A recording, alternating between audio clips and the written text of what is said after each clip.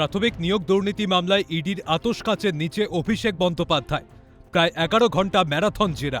ED সূত্রে খবর, দীর্ঘ জিজ্ঞাসাবাদের পুরোপুরি সহযোগিতা করেননি তৃণমূল সাংসদ অভিষেক বন্দ্যোপাধ্যায়।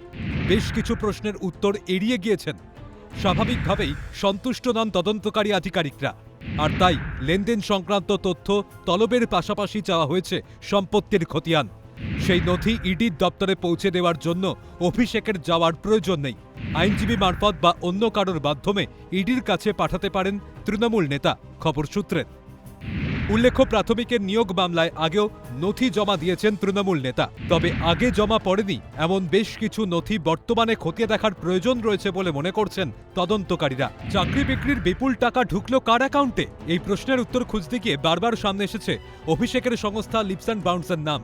তথ্য বলছে, লিপস অ্যান্ড বাউন্ডস এমন একটি কোম্পানি যার ভূমিকা মূলত শিক্ষক নিয়োগ দুর্নীতির অবৈধ তহবিল হিসাবে কাজ করা। চাকরি বিক্রি করে যে কাঁড়ি কাঁড়ি টাকা তুলেছিল, সেই টাকাকে বৈধ সম্পদ এবং মুনাফায় রূপান্তর করার জন্য একটি বাহক হিসাবে কাজ করেছিল এই সংস্থা। 7.51 কোটি টাকার হদিশ পাওয়া গিয়েছে বলে খবর সূত্রের। আরও জানা যাচ্ছে, Messrs lips and bounds private limited এবং গ্রিনটেক আইটি সিটি প্রাইভেট লিমিটেডের মধ্যে আর্থিক লেনদেনের বিষয়টিও উঠে এসেছে ইডির তদন্তে। শুধু তাই না, বিজ্ঞাপন, বিপণন কৌশল এবং পরিকল্পনার মতো পরিষেবাগুলির জন্য Greentech IT city private limited থেকে messrs lips and bounds private লিমিটেডের অ্যাকাউন্টে মোট 1.03 কোটি টাকা স্থানান্তরের তথ্য উঠে এসেছে ইডির তদন্তে। কিন্তু এই টাকার বিনিময়ে নাকি কোনো পরিষেবা দেওয়া হয়নি। ফলে গ্রিনটেক আইটি সিটি চুক্তি বাতিল করে।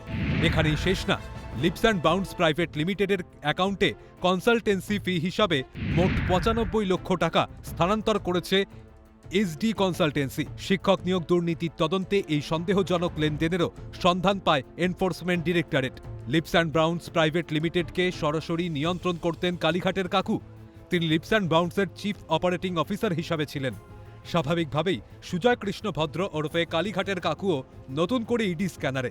বলা বাহুল্য, এই মামলায় ইডির তুরুপে তাস 15 মিনিটের কথোপকথন। ওই কথোপকথনে নাকি বারবার শোনা গিয়েছে জনৈক অভিষেকের নাম।